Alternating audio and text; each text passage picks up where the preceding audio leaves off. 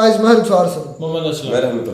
देख रहे हैं world real reaction YouTube channel. आपको हमारी वीडियो अच्छी लगी चैनल को सब्सक्राइब लाइक शेयर जरूर कर। चलते हैं वीडियो डाटा पीएम मोदी पहुंचे हुए वो ब्रिक्स का जिससे समिट वगैरह हो रही है उस पर PM Modi gets grand cross of order of honour from I think Africa. देखते हैं वीडियो फिर देते हैं इस पर एक्शन। तो फाइनली दोस्तों, तुर्की और पाकिस्तान की नींद और खटिया खड़ी करने के लिए पीएम मोदी आखिरकार ग्रीस दौरे पर पहुंच ही गए।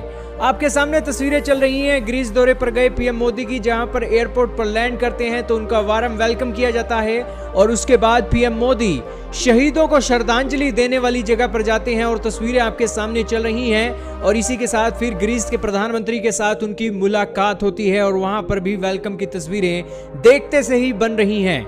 दोस्तों, ग्रीस के अंदर भारत के प्रधानमंत्री का दौरा इतना खास क्यों है? दोस्तों, खास इसलिए है क्योंकि तुर्की की नाक में नकेल कसने के लिए ये दौरा कूटनीतिक तौर पर बहुत महत्वपूर्ण रखता है और यही कारण है कि ग्रीस पूरे पलके बिछाकर रेड कारपेट बिछाकर वेलकम करता हुआ दिखाई दे रहा है। दोस्तों, ग्रीस ने सारे रिकॉर्ड तोड़ दिए पीएम मोदी के लिए और पीएम मोदी को अपने देश का सबसे सर्वोच्च सम्मान दिया और आपके सामने तस्वीरें चल रही हैं। ये ग्रीस के राष्ट्रपति हैं जिन्होंने एक सर्वोच्च सम्मान पीएम मोदी को दिया और आपके सामने तस्वीरें चल रही हैं। पीएम मोदी को दुनिया के 10 से भी ज्यादा देशों के एक सर्वोच्च सम्मान मिल चुके हैं, जो यही दिखाता है कि पीएम मोदी दुनिया के सबसे लोकप्रिय लीडर हैं। दोस्तों, ये लोकप्रियता हासिल हुई है, इस हासिल होने के पीछे भी इन देशों ने, जिन देशों ने सम्मान दिए हैं, उनके अपने हित जुड़े हुए हैं। अब ग्रीस हमें सर्वोच्च सम्मान क्यों दे रहा है? क्योंकि ग्रीस को पता है कि भारत की जरूरत उसे आने वाले समय के अंदर पड़ने वाली है, इसीलिए वो सर्वोच्च सम्मान दे रहा है और पीएम मोदी के साथ रिश्ते अच्छे कर रहा है। दोस्तों, पहले के समय में क्या होता था, राजे महाराजाओं के साथ रिश्ते अच्छे करने के लिए ये अवार्ड तो देते ही थे, लेकिन अपनी लड़की की शादी उस देश के राजा के साथ कर देते थे ताकि उस देश के साथ रिश्ते और भी घनिष्ठ हो।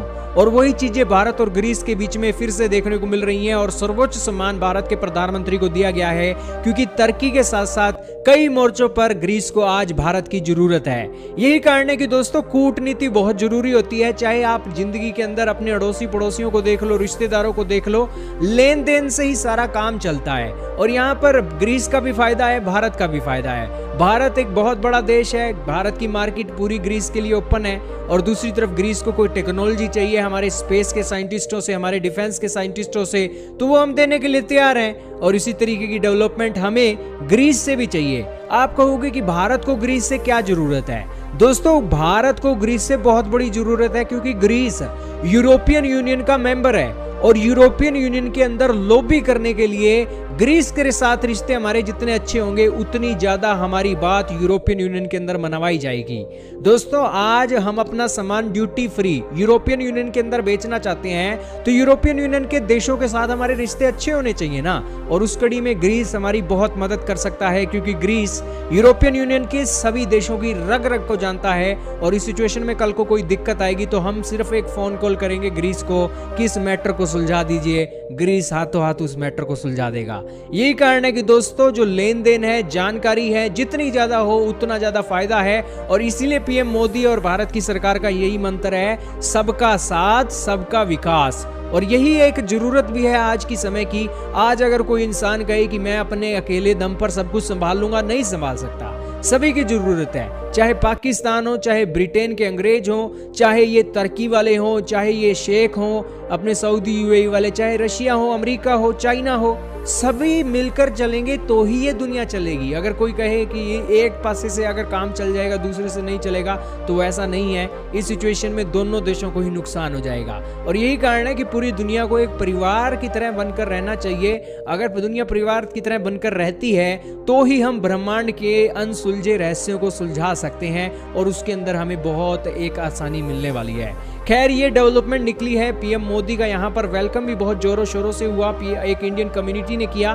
तस्वीरें आपके सामने चल रही हैं और बेसिकली ये दौरा वाकई में ही पीएम मोदी का काफी खास है। आप इस दौरे के बारे में क्या कहना चाहोगे? तो जी, वीडियो होगी खत्म। रेड कारपेट वेलकम किया गया है मोदी साहब का। रेड कारपेट ये सबसे बड़ा होता है वेलकम। किसी का ब्लू कारपेट पे होता है, किसी का थोड़ा सा हल्का मतलब रेड होता है, वो हल्का कलर का होता है।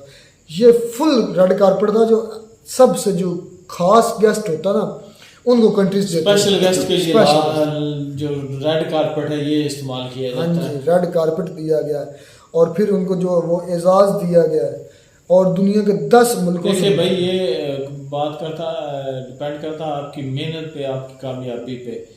तो जैसे ही इनका ये मेरे ख्याल में चंद्रयान 3 की कामयाबी के बाद का विजिट है, ये पहले से निकले हुए हैं, पहले से निकले हुए हैं। ये तो दौरे देख कर लें रहे हैं। फिर भी उनको पूरी दुनिया को पता चल गया है कि ये इंडिया जो है ना अब आगे की तरफ बहुत निकल चुका है। तो जैसा कि वो भाई बोल रहा वीडियो में कि इंडिया की अब उसको ग्रीस वालों को ज़रूरत है ताकि नेक्स्ट टाइम उनको कोई भी मसला दरपेश हो तो वो इनकी हेल्प ले सके।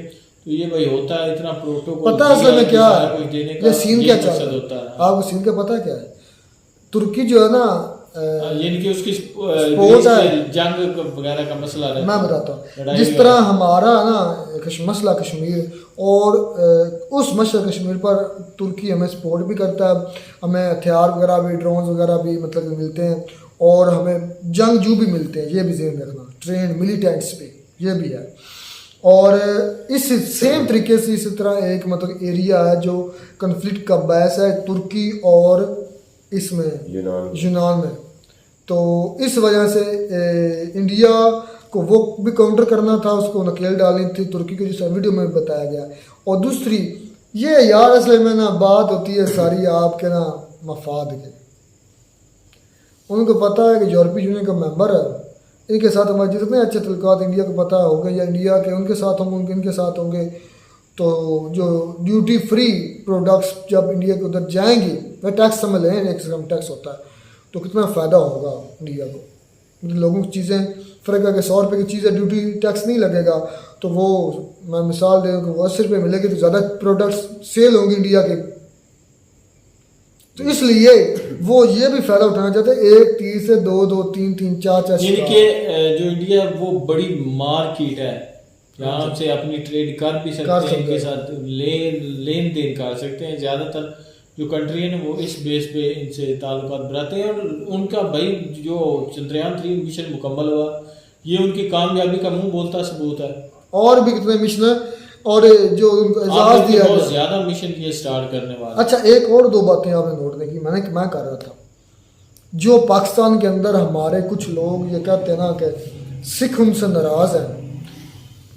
एयरपोर्ट पर सिखों की कितनी तादाद मौजूद थी, ठीक नहीं थी रहमतुल्लाह वीडियो में, और उस एक सिख ने एक बच्ची उठाई हुई थी और मोदी साहब उस बच्ची को भी प्यार कर रहे थे, उसके गालों पर भी थपकी दी, प्यार भी किया।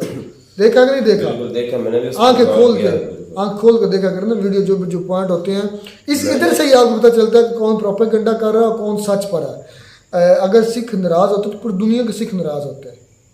सोचिए में बात तो ये ना, तो वो तो मोदी साहब का वेलकम कर रहे हैं, उनके खड़े हैं, अपने बच्चे लेके खड़े हैं उनके रास्ते में, तिरंगा लेकर खड़े हैं। यार वो उसको मानते हैं, वो लीडर है, बहुत अच्छा लीडर है उनके मुल्क के लिए। लेकिन उनका ये वाला खालिस्तान का मुतालबा ये एक अलहदा उनका है, तो वो अपने लीडर को वो जाहिर सी बात है उसकी रिस्पेक्ट करेंगे। ये नहीं है कि वो खालिस्तान की इस वजह से वो उनकी जो है वहाँ पर उनको वेलकम नहीं करेंगे।